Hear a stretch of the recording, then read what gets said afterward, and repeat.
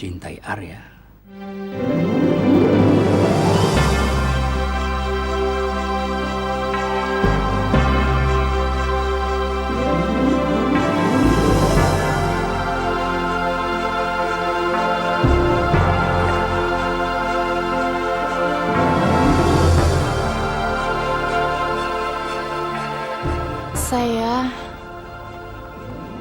Saya dan Arya cuma sahabat, Opa.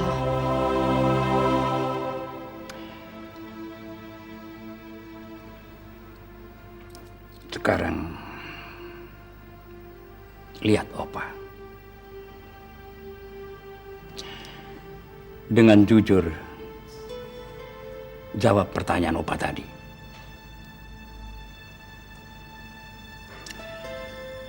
Dan sekarang bilang kepada Opa bahwa kamu tidak mencintai Arya.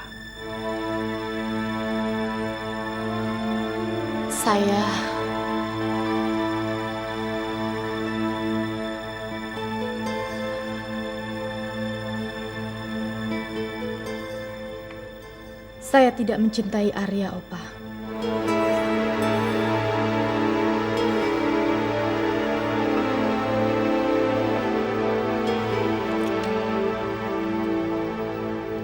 Opa rasa kamu bohong. Kalau kamu memang jujur, kamu harus berani bersumpah bahwa kamu tidak mencintai Arya. Saya mohon Opa jangan memaksa saya untuk bersumpah. Jangankan bersumpah untuk kebohongan. Bersumpah untuk berkata jujur di depan Opa pun saya tidak sanggup. Saya nggak sanggup. Cukup Dewi. Hanya itu yang ingin Opa dengar. Belum, Opa. Saya belum selesai bicara. Kamu mau bilang apa lagi?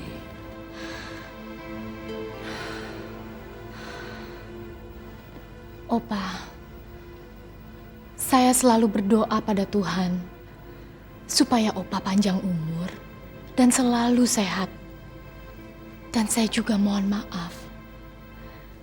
Tapi saya juga mohon pada Opa supaya Opa mau menerima Ami sebagai istri Arya. Demi kebahagiaan manusia yang tidak bisa membedakan antara berlian dan pecahan kaca ini, kamu rela mengorbankan perasaan cinta kamu sendiri. Opa, Dewi kan barusan bilang bahwa Dewi tidak mencintai saya. Kita ini hanya berteman biasa kok, Opa. Apa aneh kalau laki-laki dan perempuan berteman tanpa ikatan cinta? Mata hati kamu lebih buta daripada mata kepala kamu. Kamu tidak bisa melihat fakta di hadapan kamu. Tapi mata Opa lebih syarat dengan pengalaman. Mata Opa lebih tahu dan bisa membedakan antara fata morgana dan kenyataan. Opa, sekali ini Opa salah. Saya tidak mencintai Arya. Sebagai sahabat, saya bersedia membantu Arya untuk mengulur waktu sampai Ami kembali dari Amerika.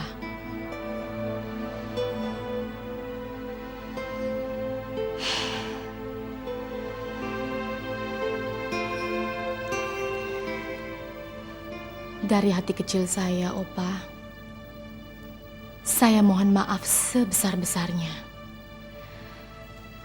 Karena apa yang saya lakukan bersama Arya demi persahabatan kami. Walaupun kemudian mengecewakan hati Opa.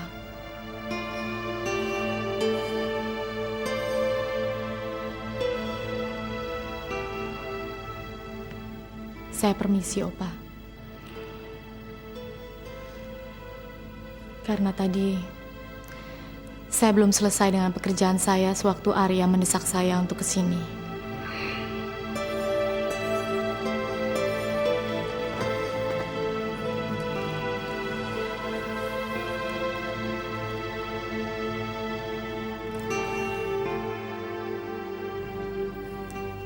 Dah, Opa.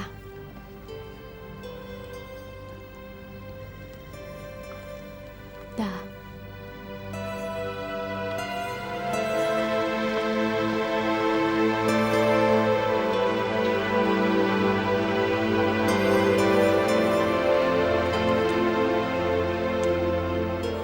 Mata hati kamu buta. Kamu tidak bisa melihat apa yang terpancar dalam matanya.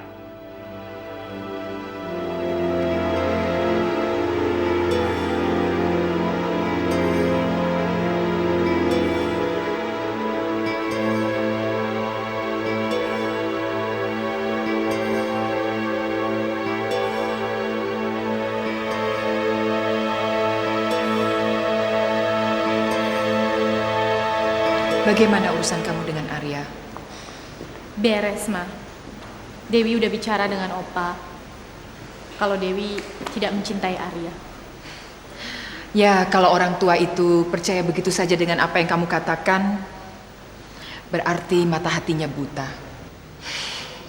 Dia nggak percaya, Ma. Tapi Dewi harus bikin dia percaya.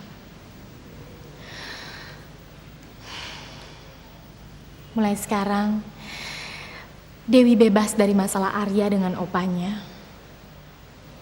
Satu masalah dalam hidup Dewi sudah selesai.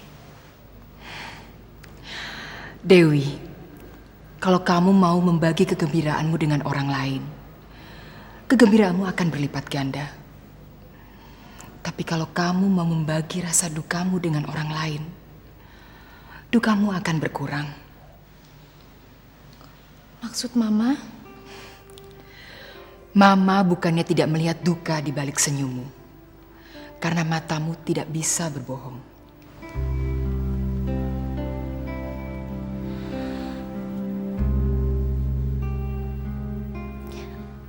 Dewi memang sedikit merasa kehilangan, Ma. Tapi yang bikin hati Dewi hampa kalau Dewi pulang. Setiap Dewi lewatin pintu rumah kita, Ma, kerinduan Dewi terhadap Raja.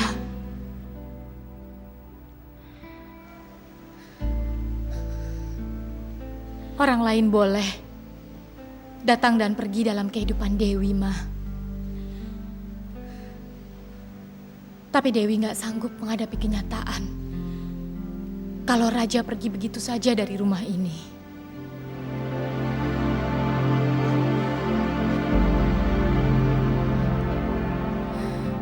Dewi akan menemui Raja di kantor, Ma.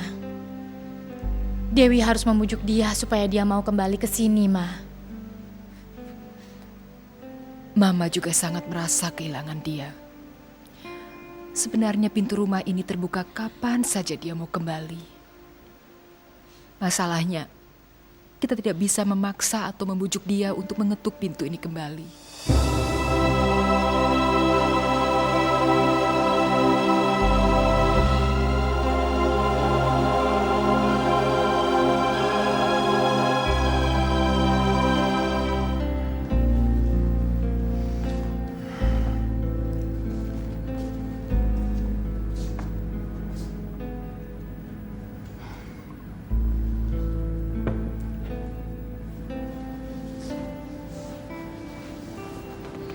Ada apa sih?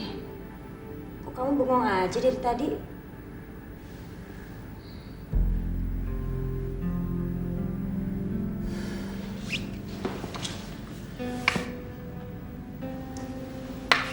Saya jadi ingat apa yang katakan Pak kamu tadi pagi.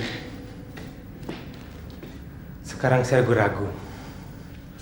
Apakah tindakan kita melingkar rumah orang tua saya dapat dibenarkan? Terus kamu mau kembali? Hah? Dan menjilat lidah kamu sendiri? Kalau itu memang harus, saya akan lakukan. Silahkan. Begitu kamu kembali ke pintu rumah orang tua kamu, saya akan pergi dari kehidupan kamu.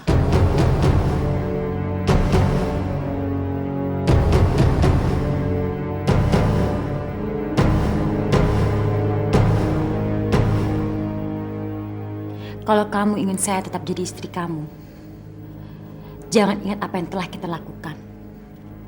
Tapi pikirkan apa yang harus kita lakukan. Apalagi yang harus kita lakukan? Kita sudah melakukan hal yang terus terang menggoncang perasaan saya. Apa kamu juga pasti goncang? Dalam 1-2 hari ini paling dia akan menghubungi kamu dan akan bicara sama kamu. Papa sudah memutuskan hubungan birokratis antara saya sama dia. Saya berada di tanggung jawab Pak Hanafiah, wakilnya. Saya nggak tahu apa lagi terjadi setelah ini. Menurut perasaan kamu, apa mungkin nanti seluruh kekayaan dan warisan papa kamu akan dihibahkan sama anak sampah itu? Tunggu. Satu kata penghinaan lagi keluar dari mulut kamu, saya akan coret nama kamu dari daftar surat wasiat saya. Tahu? Saya nggak akan biarkan itu terjadi. Anak sampah itu nggak berhak atas warisan orang tua saya.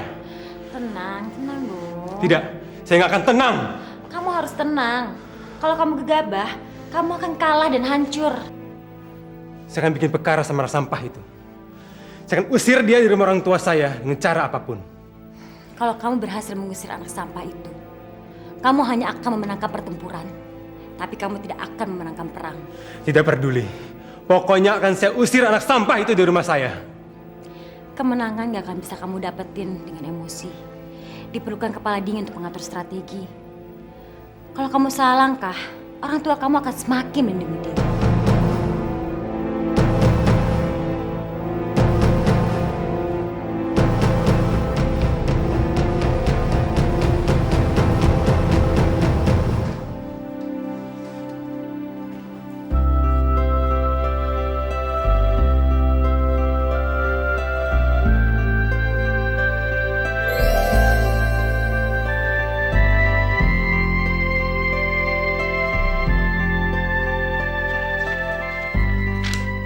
Saya sempat mimpi, suatu saat kamu yang akan meneruskan usaha ini. Tapi mimpi saya dan hati saya kamu hancurkan.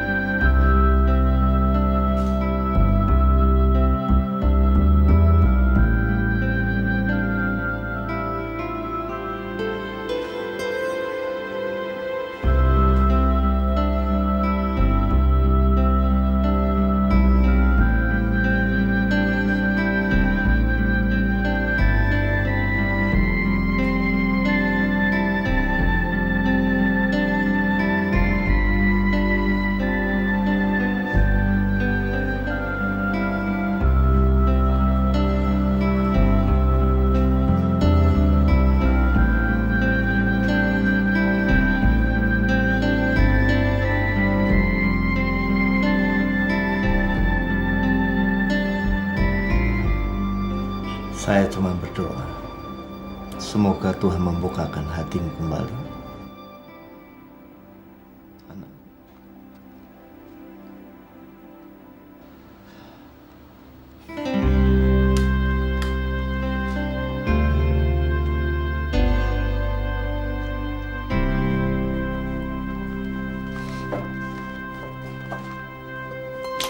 Sari, Iya Pak, Papa udah datang?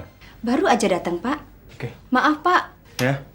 Bapak pesan beliau tidak mau diganggu. Kamu kira saya siapa? Apa kamu anggap saya ini pengganggu?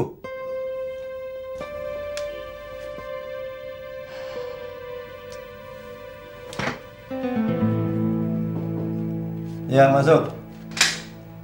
Pak.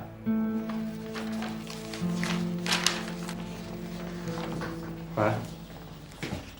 Saya mau bicara sama Papa, penting sekali.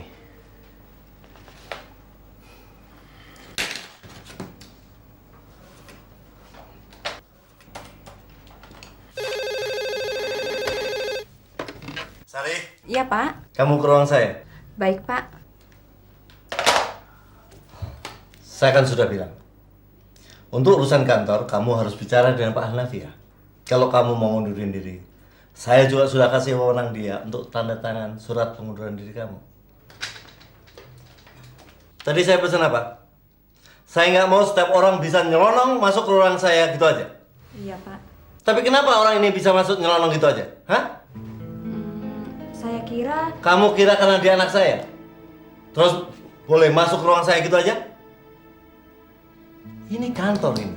Selama jam kerja, nggak ada hubungan keluarga. Yang ada hubungan dinas. Ngerti kamu? iya Pak. Ini peringatan pertama buat kamu. Lain kali saya nggak mau ada orang nyelonong begitu aja ngetok pintu saya. Iya, Pak. Terima kasih. Terima kasih, Pak.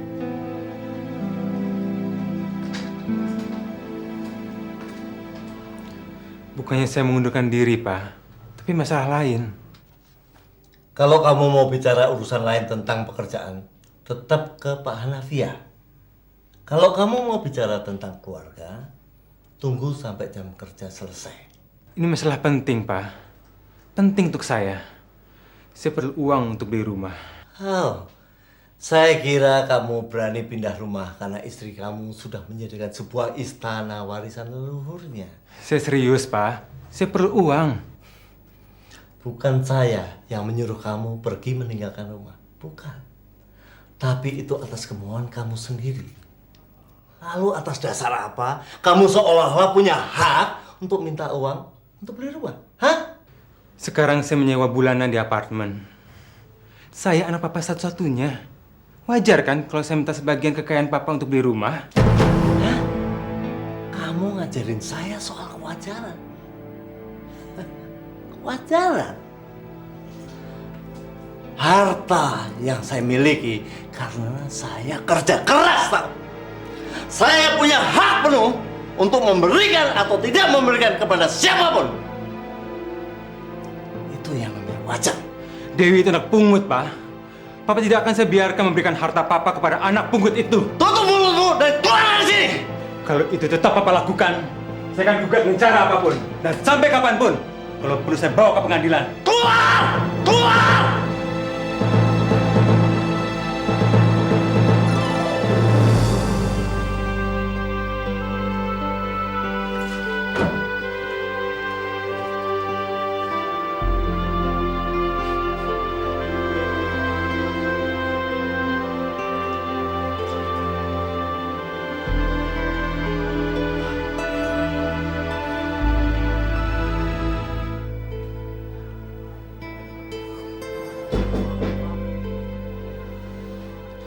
Kalau kamu mau ke pengadilan silahkan. Nggak ada yang perlu dibicarakan. Maaf, Pak. Ini saya. Silakan, silakan.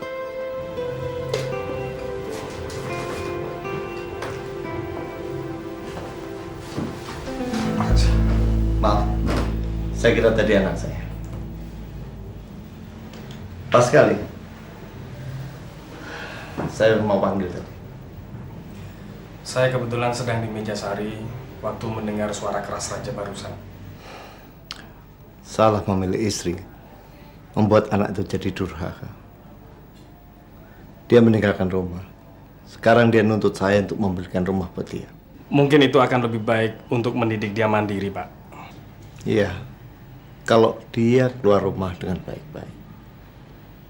Tanpa dia minta, saya pasti akan membelikan rumah dan segala keperluannya. Maafkan saya, Pak. Saya telah memberikan komentar tanpa mengerti duduk persoalannya.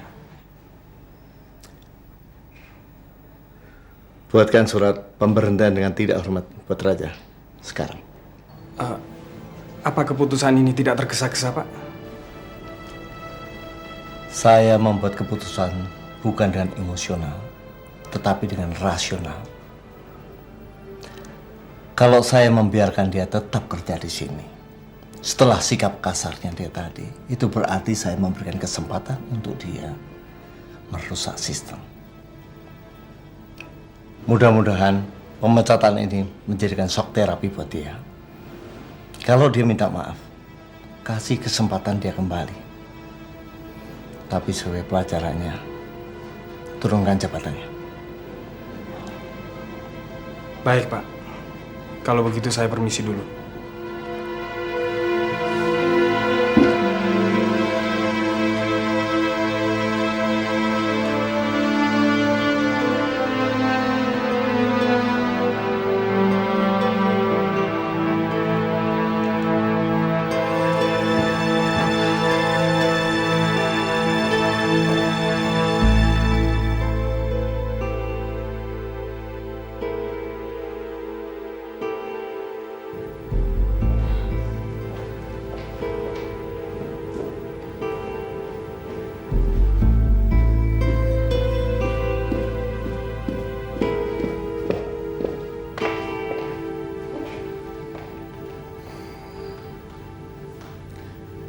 Kenapa? Kamu mulai berpikir untuk kembali ke rumah orang tua kamu? Saya nggak habis pikir dengan sikap papa barusan. Gak usah dipikirin. Ini semua cuma masalah waktu. Semuanya pasti beres. Apanya yang beres? Sikap papa udah jelas.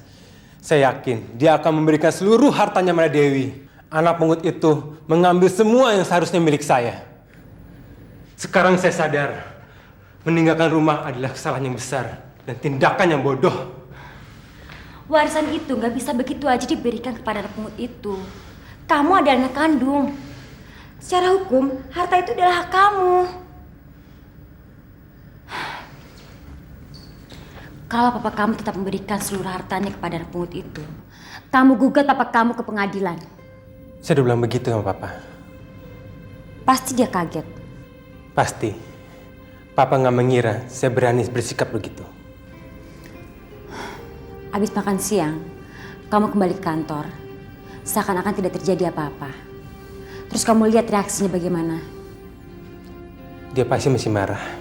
Kalau papa kamu masih marah, kamu harus tenang.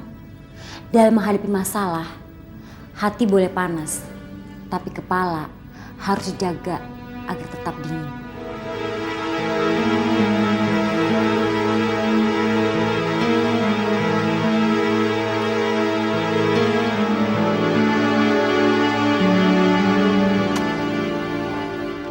Gimana?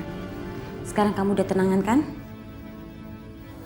Ya, Oke, kalau gitu sekarang kita mau makan di mana? setelah kamu deh. Kita makan di coffee shop di bawah aja ya. Soalnya kan kamu juga harus segera balik ke kantor. Iya. Saya nggak sabar ingin ke kantor. Saya mau lihat sikap papa. Setelah saya menunjukkan sikap saya tadi.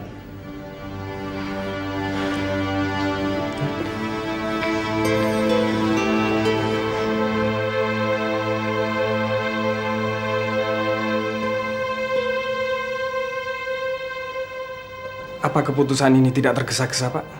Saya membuat keputusan bukan dengan emosional, tetapi dengan rasional. Kalau saya membiarkan dia tetap kerja di sini, setelah sikap kasarnya dia tadi, itu berarti saya memberikan kesempatan untuk dia merusak sistem. Kalau itu tetap papa lakukan, saya akan gugat dengan cara apapun. Dan sampai kapanpun, kalau perlu saya bawa ke pengadilan.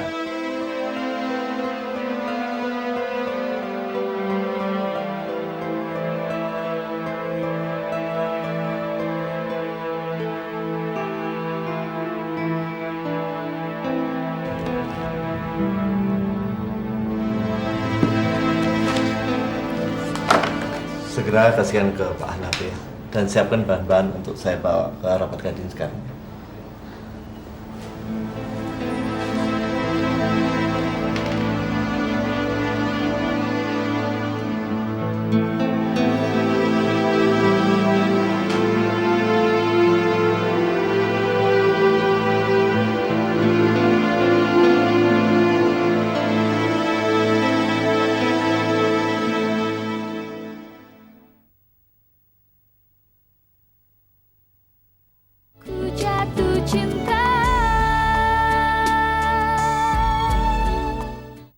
Maaf Pak, Ya? Bapak ditunggu di ruang Pak Hanafi ya. Oke, makasih ya. Selamat siang, Pak. Selamat siang. Bapak mencari saya? Iya. Silakan duduk. Terima kasih.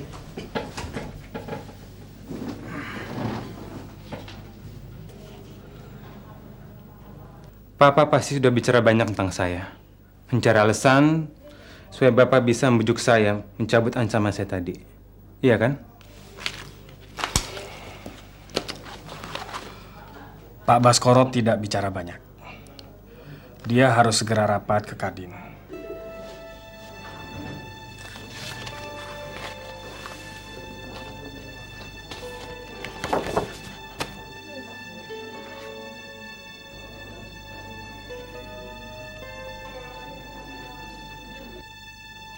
Saya dipecat dengan dia hormat. Saya nggak terima. Ini nggak fair namanya. Papa mencampur adukan masalah keluarga dengan masalah kantor. Ini tindakannya senang menang. Maaf, saya hanya ditugaskan untuk menyampaikan.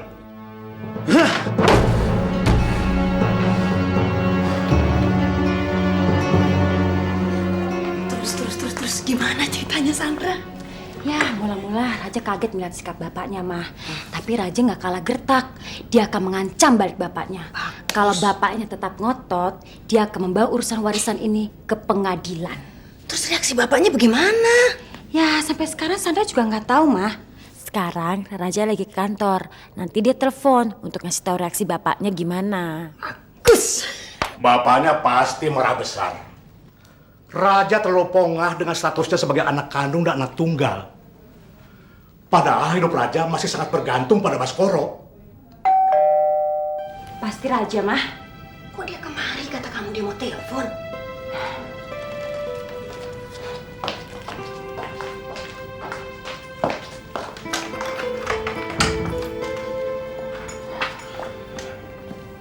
Gimana? Gimana reaksi papa kamu? Saya dipecat dengan tidak hormat. Keterlaluan! Kamu dan Sandra yang keterlaluan. Kalian mendorong Raja membuat langkah yang salah. Langkah yang terlalu jauh bagi seorang anak.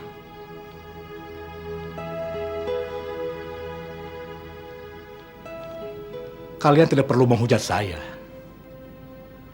Saya kan sudah bilang barusan. Hidup Raja masih sangat bergantung pada Baskoro. Papa ini bukannya membela, malah seolah-olah mensyukuri. Apa Papa nggak sadar? Kalau Raja itu dipecat, anak kita juga yang bakal terancam hidupnya, Pak. Saya sadar. Saya sama sekali tidak bersyukur. Sama sekali tidak gembira. Tetapi saya juga tidak kaget mendengar musibah ini. Karena apa yang terjadi adalah konsekuensi logis dari permainan kalian yang berisiko sangat tinggi. Cukup. Papa tidak perlu berkorban. Yang penting sekarang Papa bicara sama Baskoro. Saya harus bilang apa sama dia? Papa kan teman baik sama Baskoro. Bilang sama dia, jangan terlalu emosional. Suruh cabut pernyataannya terhadap Raja. Kalau saya bicara sama dia pasti akan tanya sama saya. Apa yang akan saya perbuat kalau saya berada pada posisi dia?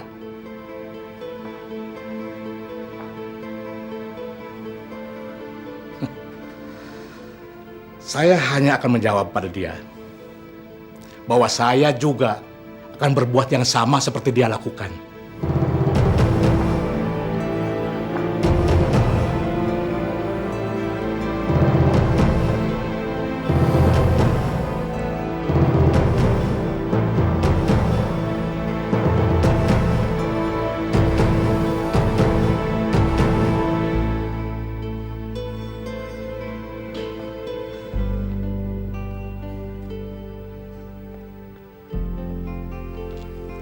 Tomato jus ndoro.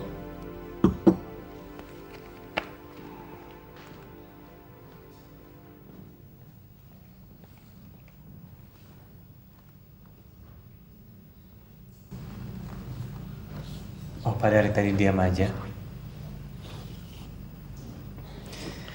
Lagi mikirin apa lagi, Opa?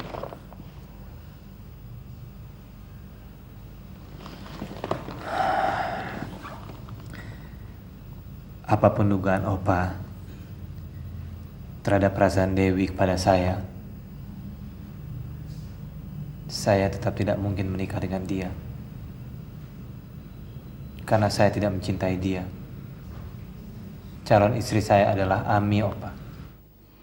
Rupanya kamu masih belum sadar. Menikahi Ami merupakan suatu kesalahan besar yang suatu saat kau akan menyesali. Opa, kita kan sudah pernah membicarakan hal ini.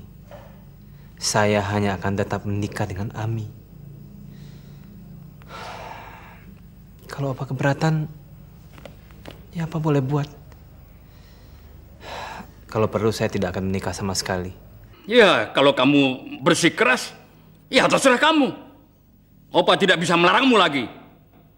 Tapi ingat, kamu harus menerima risiko dan siap untuk kecewa. Terima kasih, Opa.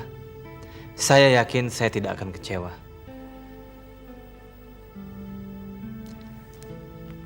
saya akan menyampaikan berita gembira ini kepada Ami.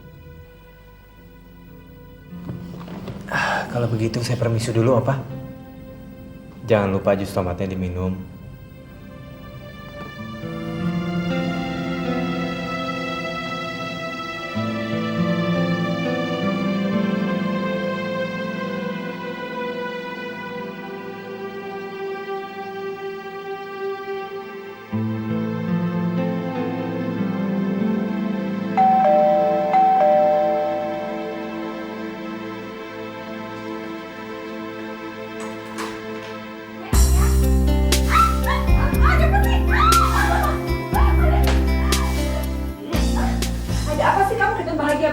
Coba tebak, apa yang paling membuat saya bahagia di dunia ini?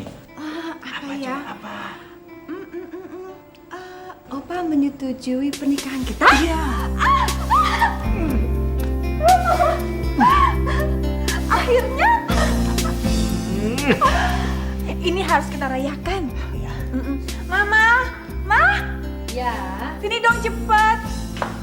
nggak sabaran gitu. Ada apa? Ada kabar gembira. Pokoknya mah harus ganti baju dan kita pergi makan malam. Loh, ada apa? Memangnya Arya ulang tahun? Opa Arya menyetujui saya menikah sama Arya. Akhirnya. Iya, saya juga barusan bilang gitu sama Arya.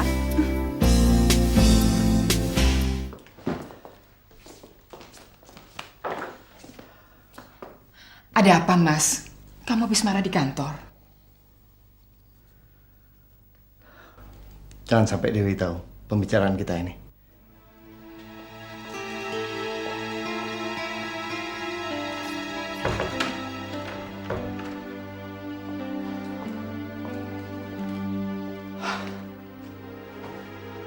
Raja selalu menekan kita. Dan selama ini kita selalu sabar menghadapi dia. Tapi tadi kesabaran saya habis. Kenapa? Raja tidak masuk kantor dan membangkang. Raja bikin ribut di kantor. Dia juga bilang, dia tidak akan membiarkan saya mewariskan harta saya ke Dewi. Karena Dewi hanya anak pungut. Dia juga ngancam, dia akan tuntut sampai ke pengadilan agar semua harta warisan saya jatuh ke tangan dia. Dan ancaman ini didengar Pak Hanafiah dan sekretaris saya. Ini pasti karena tekanan dari istrinya. Perempuan itu pasti sudah mencuci otak Raja dan mengisinya dengan pikiran kotor. Silahkan. Kalau anak durhaka itu gak mau menerima Dewi sebagai kakaknya, silahkan. Tapi saya tetap mengakui Dewi sebagai anak saya. Dan saya akan tetap mewariskan semuanya kepada Dewi. Saya mengerti perasaan Mas. Tapi jangan terlalu emosional. Beri saya waktu untuk bicara dulu dengan Raja. Percuma. Anak itu sudah tuli dengan kata-kata kita. Dan saya sudah pecat dia. Kalau dia tidak datang untuk minta maaf pada saya akan usir dia dari kehidupan saya. Saya nggak peduli. Saya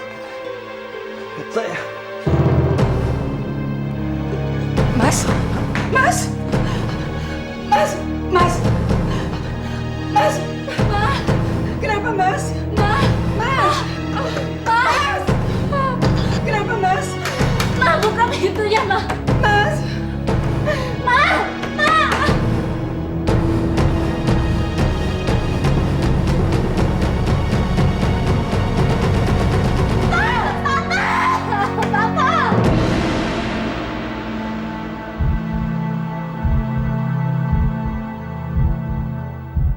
Jangan sampai ketinggalan update terbaru dari MVP Hits dengan subscribe dan klik tanda lonceng di bagian kanan.